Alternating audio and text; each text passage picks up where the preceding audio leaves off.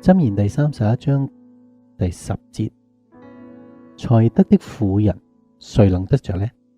他的價值遠勝過珍珠。喺我哋嘅生命當中，有乜嘢大過我哋 Olive？ 就係呢個牛，就係我哋當時4794嘅開始，就係呢一個。因為而家我哋睇到 Olive and Taft 係由4794計起噶嘛，係由嗰日計起計4794先至去到我哋講2012信息嗰日噶嘛。一個好得意嘅 Olive and Taft 係咪？但係問題我哋唔係話停喺嗰個祭物啦，神一路更多嘅祭物俾我哋。但係問題你想個祭物唔能夠真係變成讚美嘅話咧，咁你成世留喺嗰度咯。但係感謝主，我哋唔係啊嘛，係咪？嗰個變成一個犧牲，甚至變成一種屈辱，甚至俾人恥笑，係咪？好啦，咁但係有人跟得到第一個祭物，而佢亦預係一生就係得呢個祭物嘅啫。好多人翻嚟錫安，但係問題錫安係神嘅辛苦，我哋萬能噶嘛，你知唔知道？而家你睇到人哋最震驚嘅就係我哋教會咧係識整耳機 ，OK？ 弟兄姊妹，你知唔知道你能夠整耳機嘅原因就係因為你翻到呢間教會咧，我哋已經訓練咗好多呢啲嘅領袖咧，佢哋都係萬能噶嘛？你知唔知道啊？我哋做剪片啊、拍戲啊、我哋作歌啊、我哋帶聚會啊、我哋大型聚會、小型聚會啊，我哋甚至做到而家工廠啊、錫安嘅工業世界啊，係咪？簡直好似工廠咁樣。我哋可以竟然做耳機啊！你知唔知道令人哋好震驚？因為你咁賢德嘅，你咁萬能嘅，係咪？但係問題你估係我研發嘅咋？唔係啊，係神嘅啟示，神喺歷史當中嘅安排，甚至去創造萬物當中已經係排列晒，連原子序都會印證今次神所俾我哋嘅帶領，先至有咁樣嘅啫。你見唔見我哋一個祭獻一個祭，而每個祭都係千奇百怪，各種形式，但係點解呢？因為每一種祭佢嘅千奇百怪就引發咗你唔同嘅香料啊嘛，你需要唔同嘅性格去承擔唔同嘅呢啲做法。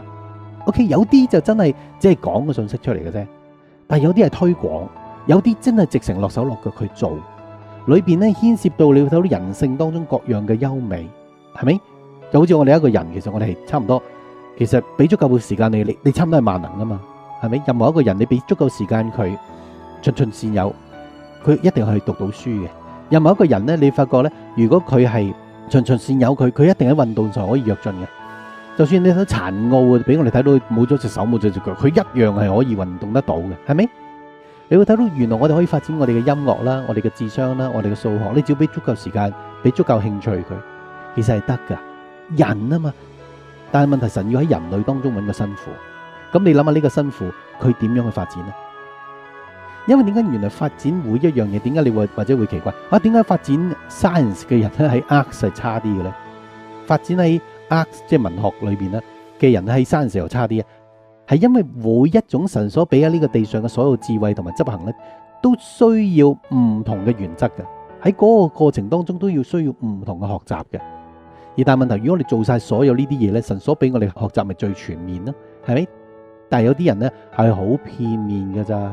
非常之片面嘅，有啲人照顧到家庭就照顧唔到朋友噶啦，照顧到朋友就照顧唔到工作噶啦，佢照顧到工作就照顧唔到健康噶啦。呢個就係而家我哋睇到喺典型喺世界上係咁啊。但係錫安係咪咁教會啊？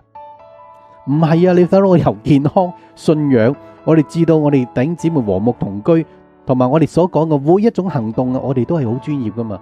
而並且呢，你要睇到越高層嘅領袖呢。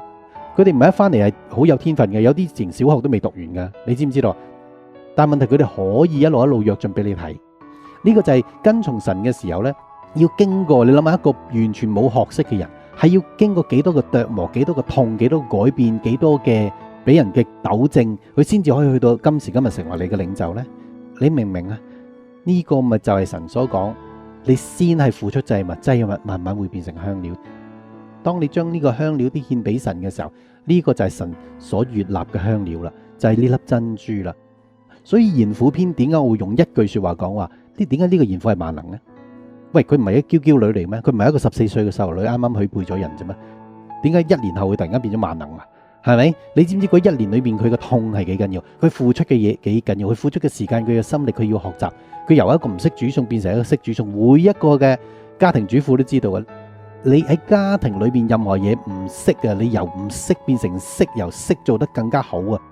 嗰個係咪要犧牲你一啲時間同埋學習啊？裏邊可能痛㗎，你對手十指尖尖變成咧，哇！好似老太婆咁樣，好似學爪咁樣，滿晒皺紋都唔出奇㗎。你開頭未洗過衫，你洗衫都唔知道，連手指甲都爆啊，手指都全部水腫晒，都會㗎。你知唔知道啊？嗰個咪就係獻祭咧？但係嗰個過程當中，聲去埋怨啊，咁嗰個咪唔能夠喺呢個過程當中獻出讚美嘅馨香祭咧？你點燃住呢一個讚美啊？過程而家你明白啦，原來就係咁，聽清楚啦。首先你翻一間教會，一定有新婦教會，唔係嗰啲黑店，OK？然後呢間教會一定咧有神嘅方向噶，你參與嗰個方向喺個過程當中，你一定有你付出到嘅地方嘅。唔理嗰個，就算我哋可能住建方啊，可能你喺嗰度做清潔啫，OK？好啦，喺個清潔當中，你會付出嘅。你係會有所謂人哋講嘅蝕底嘅，亦甚至你係做得唔好，你要改正，甚至有人糾正你嘅。好啦，跟住呢，你利用教會嘅敬拜讚美呢，去點起你讚美嘅呢個煙喺神嘅面前。你多謝神俾機會你，你多謝神去糾正你，多謝神去能夠喺咁嘅情況底下，將你嘅人生當中由狹窄變成寬廣。冇錯啦，呢個大淨係講掃地啫。跟住你可能付出一路多，你多到甚至可能被對一，好被對一嘅時候，咦唔係喎，被對一嘅時候嗰個對一啊，年年都送禮物俾我啊，年年都讚賞我啊，呢個咪對一啊嘛，對一係冧我啫嘛，係咪？唔係喎，你發覺對一原來係不斷教你嘅喎，原來發現你有罪有軟弱嘅時候呢，佢會糾正你，甚至管教你喎。有啲人就因為咁痛呢，就遮掩自己嘅罪啦。咁遮掩嘅罪，於是乎佢帶住罪去侍奉咯。咁呢個咪就聖經講話，祭物可唔可以有殘疾噶？可唔可以單眼噶？可唔可以瘸腿噶？可唔可以有瑕疵噶？冇噶，所有祭物一定要檢定過噶吓。但係問題，於是乎呢個人呢，佢遮掩住佢自己嘅罪，然後去獻有瑕疵嘅祭品。好啦，個問題就喺度啦。通常喺神嘅殿當中呢，其實係會點樣呢？好多時呢個祭司做嘅工作就係檢定呢一啲有冇瑕疵嘅祭品呢，然後俾佢上去獻祭嘅。有瑕疵佢就彈走佢啦。但係如果嗰個人真係咁有本事去遮住呢啲瑕疵而由得佢上去嘅話呢，於是乎就導致一件嘅事啦，就係如果個祭司見到有瑕疵都有得佢上去，咁個罪就一定喺個祭司度，就唔係獻祭嗰個度。但係如果個獻祭嗰個呢係遮掩咗自己嘅罪，然後諗住上去獻祭呢，嗱呢啲全部喺舊約裏面係咁清楚話俾你聽，原來信仰嘅實際就係咁噶啦，不過只俾啲人冇心裝再睇啫，係咪？好啦，咁於是乎呢，嗰個人能夠遮掩到呢，咁個罪喺咪祭司度就唔喺啦，因為嗰個人特登掩飾咗，或者佢將呢一隻羊呢一笪本身係天生嘅係殘缺嘅，有黑色一笪明明係 cancer 嚟嘅腫瘤喺佢個頭度，佢將佢油白佢咁樣，咁個祭司睇唔到吓，咁照獻上去啦，獻咗有殘疾嘅咧，咁呢個人呢，佢就獻咗一個有殘疾嘅仔，佢不如唔獻仲好。亞拿尼亞撒非拉就係一個咁嘅現象啦，就係佢點樣啊？佢獻一個有殘疾嘅仔，但係呢，當時彼得知道，佢話點解你起哄聖靈？咁兩個都被擊殺，你見唔見啊？在神眼中喺永恆裏邊呢，其實嗰啲人嘅際遇就係咁樣噶啦。好啦，咁而家你就明白呢，再進三步，你就明白呢，喺當時嚟講呢，發生一件事啦。點解主耶穌都喺殿裏面用鞭子去趕走牛羊鴿子呢？好多人直情完全唔知呢樣嘢啦。點解啊？因為佢哋根本唔睇聖經呢。因為當時嚟講，第一祭司又要做車，嗰個會眾又要車，呢個測試係一個好麻煩嘅程序嚟嘅，甚至在今時今日嚟講，覺得係費時失事啊，浪費啊。但係佢唔知道呢個咪塑造緊嗰個人啊，有生之年每一次獻祭嘅時候嘅性格變成香料啦。箴言第31章第10節，才德嘅婦人常能得着呢，他的價值遠勝過珍珠。心願為你活，捨去受愛，持守當初那份愛，純一真摯沒更改。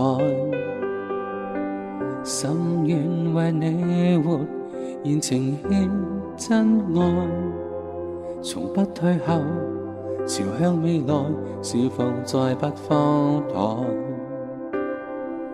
竭力尋求上帝，聆聽智慧，在每天奉情活祭，盼望存留在世，一生無愧，願獻出一切。神啊，願我願盡直全力奉獻，這份愛堅毅並誠實永不變。我心已定義，堅守這愛意，期望到末後被父神加冕。神啊，願我跪下全紅服奉獻，盼上帝你悅納明白我心意，讓我生命為你實踐，在那天到終點天國裏和你面見。